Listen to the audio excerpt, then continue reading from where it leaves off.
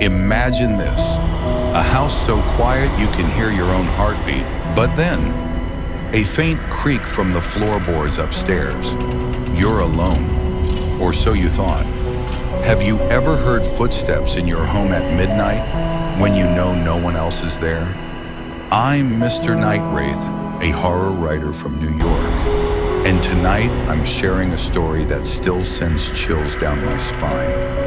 It's not just a tale, it's something I lived through, a secret I've kept until now. So dim the lights, lean in close, and let's step into the darkness together. The year was 2023 and I was burned out. New York's concrete jungle had drained me. Endless deadlines, sleepless nights, and a gnawing hunger for something real to inspire my next book. My agent suggested a retreat, a place to find my muse. That's how I ended up in Black Hollow, a forgotten speck of a town in rural Pennsylvania. Nestled in a valley where the sun seemed to barely reach, the cabin I rented was old, its wooden bones creaking under the weight of decades. It sat on the edge of a dense forest, the kind where the trees seemed to lean in, watching. The air was thick with the scent of pine and something else, something metallic, like old blood. The locals warned me about the woods, their eyes darting nervously when I asked why. "Don't go past the old oak at night," they'd say, "then clam up." I laughed it off. I'm a horror writer after all. I live for the eerie, the unexplained.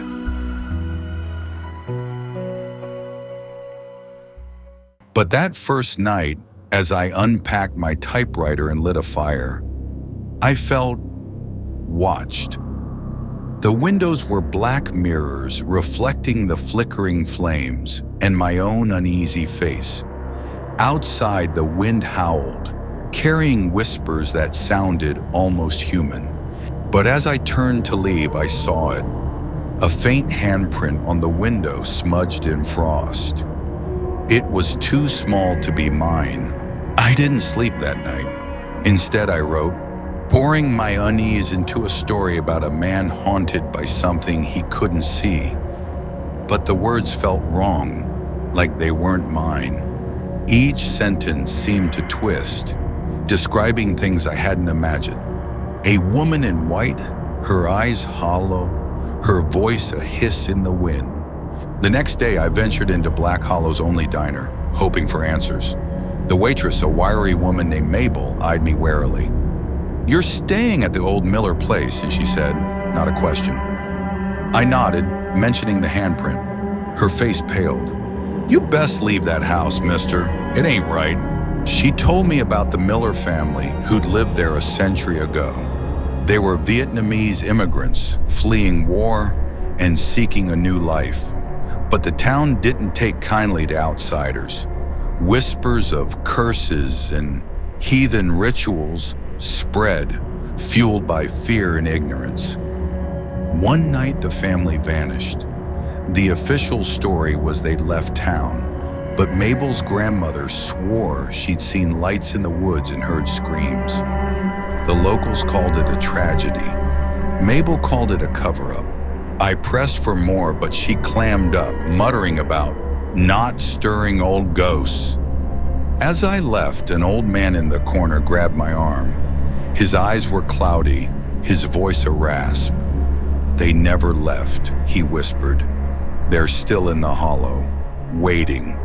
That night, the whispers returned, louder, more insistent.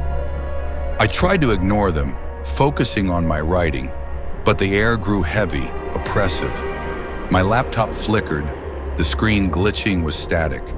Then a word appeared, typed in a font I didn't recognize. Loy Nguyen. I stared, my breath catching. It was Vietnamese. It meant curse. I slammed the laptop shut, my hands shaking. The room was freezing now, the fire reduced to embers. Outside, the wind screamed, and I swear I heard my name, woven into the gale. Thud. Something heavy fell upstairs. I gripped the poker again, my pulse roaring in my ears. The stairs seemed to stretch as I climbed, each step colder than the last. At the top, the hallway was wrong. The walls were covered in scratches like claw marks, forming words I couldn't read. The air smelled of decay, sweet and sickening. I followed the sound to the attic door, which I'd never opened. It was ajar now, a sliver of darkness spilling out. My flashlight beam trembled as I pushed it open. The attic was empty, save for a single object, a cracked mirror, its surface clouded with age. I approached, my reflection distorted, my face stretching into something not quite human.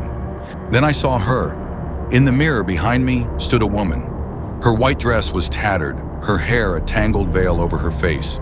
Her head tilted unnaturally like a puppet with cut strings. I spun around, but the attic was empty. My breath fogged the air as I turned back to the mirror. She was closer now, her skeletal hand reaching out, her nails black and jagged. I stumbled back, the poker slipping from my grip. The whispers were deafening now, a chorus of voices chanting in a language I didn't understand. The mirror pulsed, its surface rippling like water. I ran, slamming the attic door behind me, but the house felt alive, the walls groaning, the shadows twisting into shapes that weren't there. Downstairs, I barricaded myself in the living room, piling furniture against the door. The whispers followed, seeping through the walls. My notebook lay open on the table, pages filled with writing that wasn't mine, sketches of eyeless faces, pleas for help, and that word again, curse.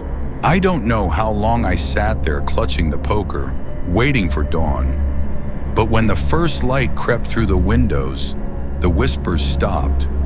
The house was silent, the air warm again. I packed my things and left, not looking back. I told myself it was over, but it wasn't. Back in New York, I tried to move on. I published a new book, a sanitized version of what happened, calling it fiction. It sold well, but the nightmares didn't stop.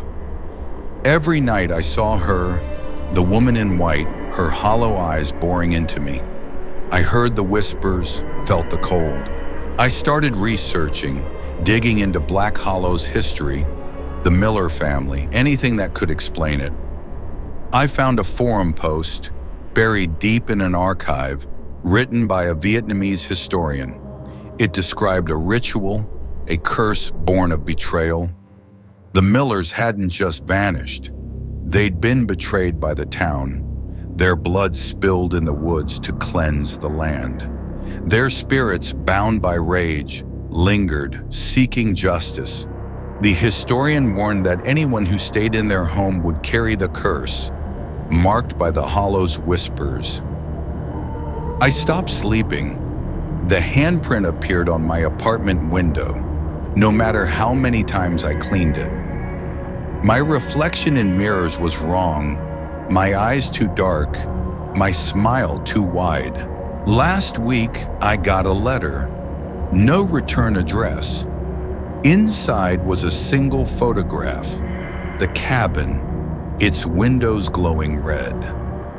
On the back, in jagged handwriting, were two words, "Come back." I burned the photo, but the smell of decay lingered. I don't know what's worse, the thought that she's still out there, waiting, or the fear that she's already here, watching me. Every creak in my apartment, every shadow in the corner feels like her. I've started writing this story, not to sell, but to warn. If you ever find yourself in Black Hollow, stay away from the old Miller place. Don't listen to the whispers. Don't look in the mirrors. And if you hear your name in the wind, run. So, what do you think? Is she still out there, trapped in that hollow? Or did I bring her back with me? Have you ever felt something watching you? Something you couldn't explain? Share your stories in the comments. I read every one. And if you want to know what happened when I went back to Black Hollow, well, that's a story for next time. Until then, keep the lights on.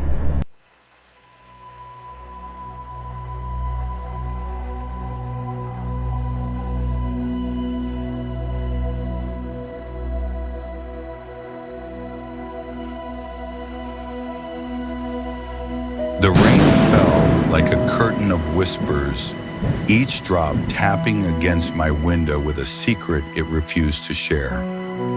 Picture it, a creaking old house on the outskirts of New York, swallowed by the kind of darkness that makes you question what's real. The wind howled, carrying faint murmurs, like voices just out of reach. Have you ever heard footsteps in your house at midnight, even though you live alone? I have, and tonight I'm going to tell you about the night the rain brought something to my doorstep.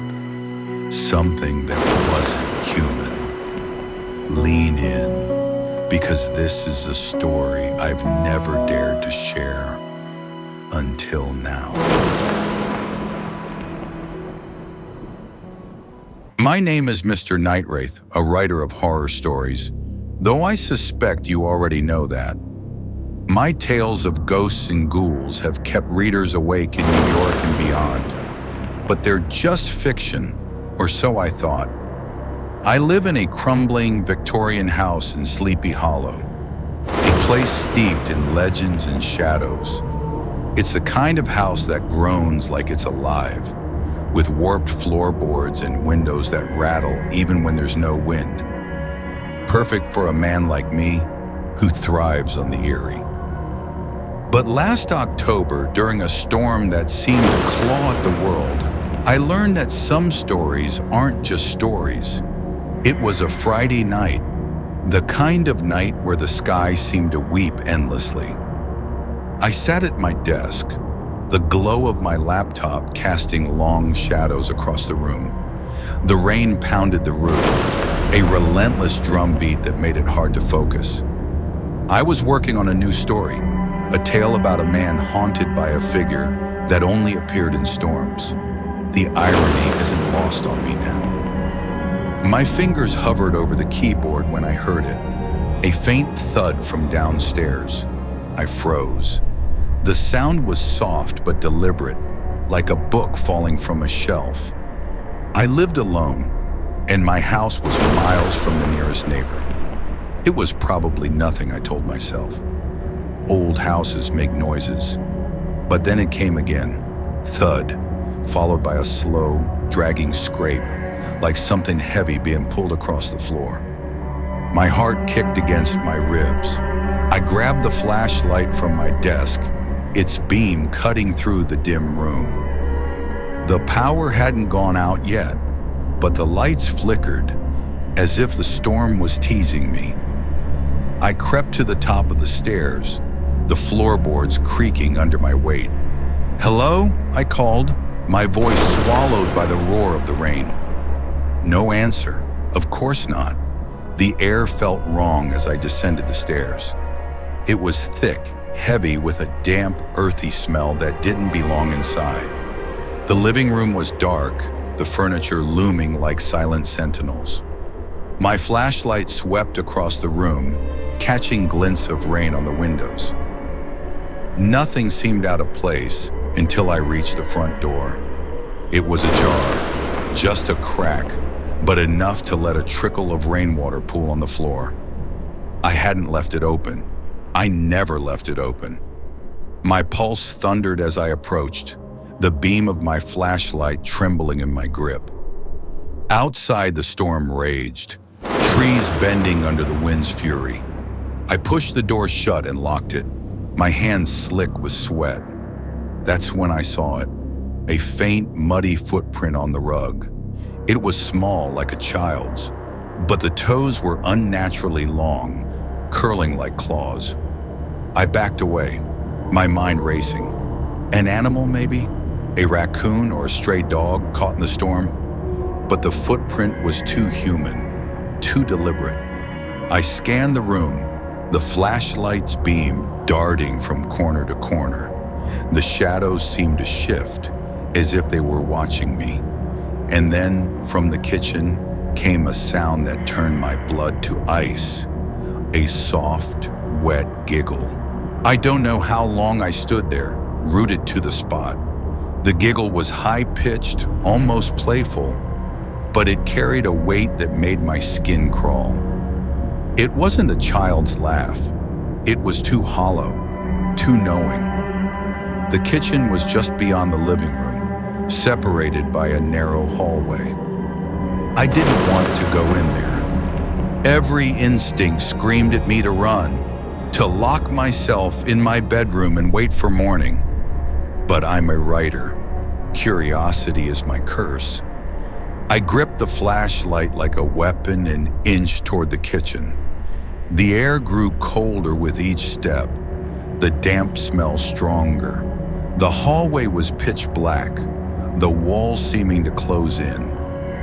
My flashlight caught something on the floor, a trail of muddy prints leading from the living room to the kitchen. They were faint, smudged, as if whatever made them was trying to cover its tracks. The kitchen door was slightly open, a sliver of darkness beyond. I pushed it gently, wincing as it creaked. The room was empty, or so it seemed. The counters were bare, the sink dripping steadily into a silence that felt alive. My flashlight swept across the room, landing on the back door. It was locked, the bolt firmly in place. Relief washed over me until I noticed the window above the sink. It was wide open. Rain poured in, soaking the counter and pooling on the floor. The curtains fluttered wildly as if caught in a dance with the wind. I hadn't opened that window.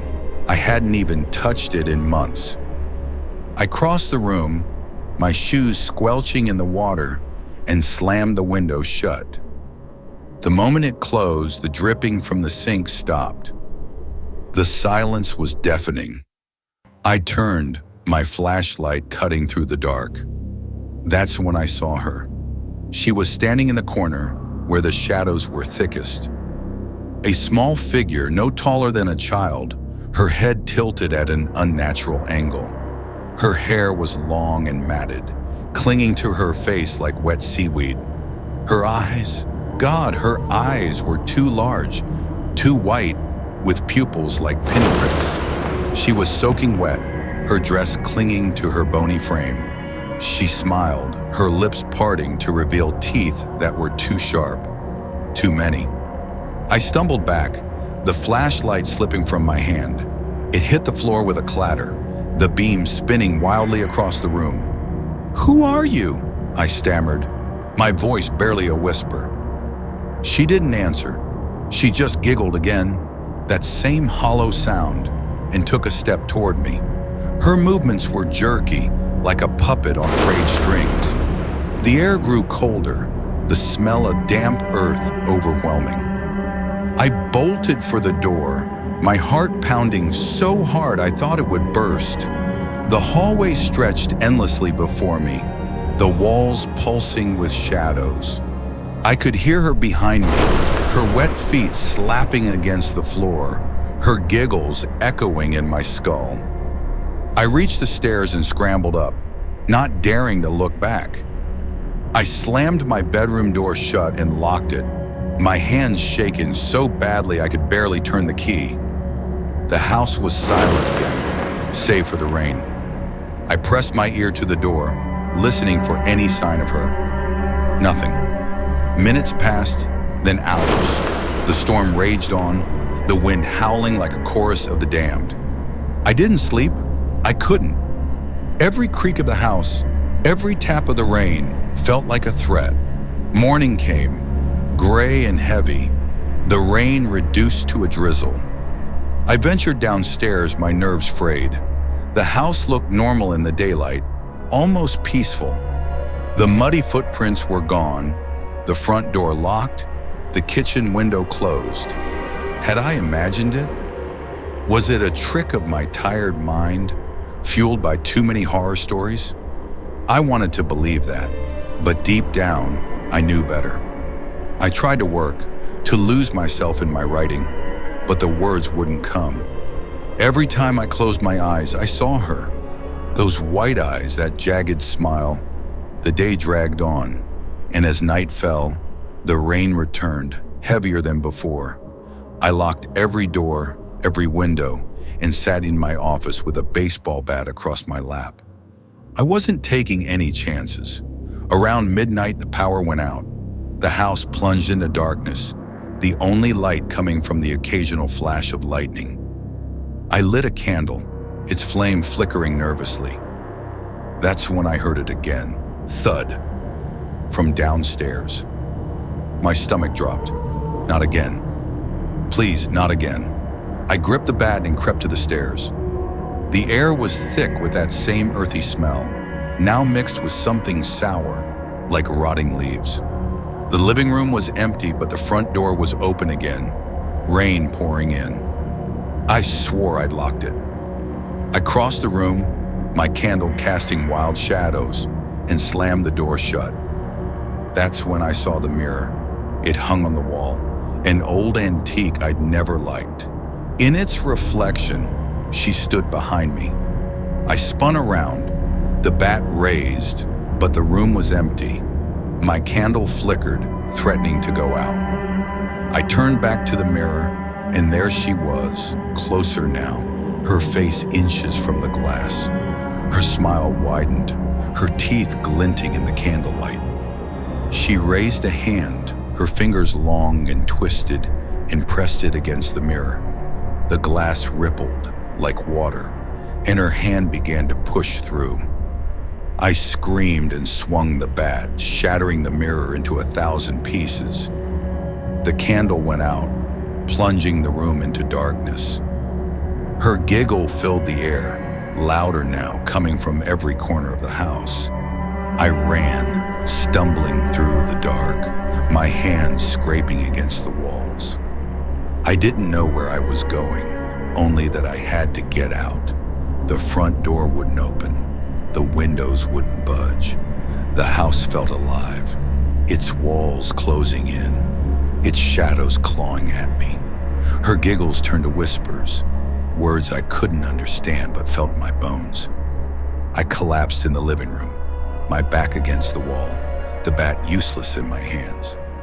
Lightning flashed, and in that brief moment, I saw her everywhere, crawling on the ceiling, lurking in the corners, her eyes burning into me. I don't know how I survived that night. Maybe she let me live. Maybe she wanted me to tell the story. When morning came, the rain stopped and the house was quiet. The mirror was gone, not a shard of glass to be found. The doors and windows opened easily, as if nothing had happened. But I knew better. I could still feel her, lingering in the corners of my mind, her whispers woven into the rain. I moved out of that house a week later. I couldn't stay, not after what I'd seen. But the story doesn't end there. Every time it rains, I hear her, faint giggles, soft footsteps, the tap of her fingers against my window. I don't know what she was or what she wanted. All I know is that she's still out there, waiting for the next storm. So tell me, have you ever felt something watching you in the rain? Something that knows your name? Share your stories below, because I need to know I'm not alone. And if you want to hear more, subscribe for my next tale about the thing I saw in the woods behind that house. Something tells me it's not done with me yet.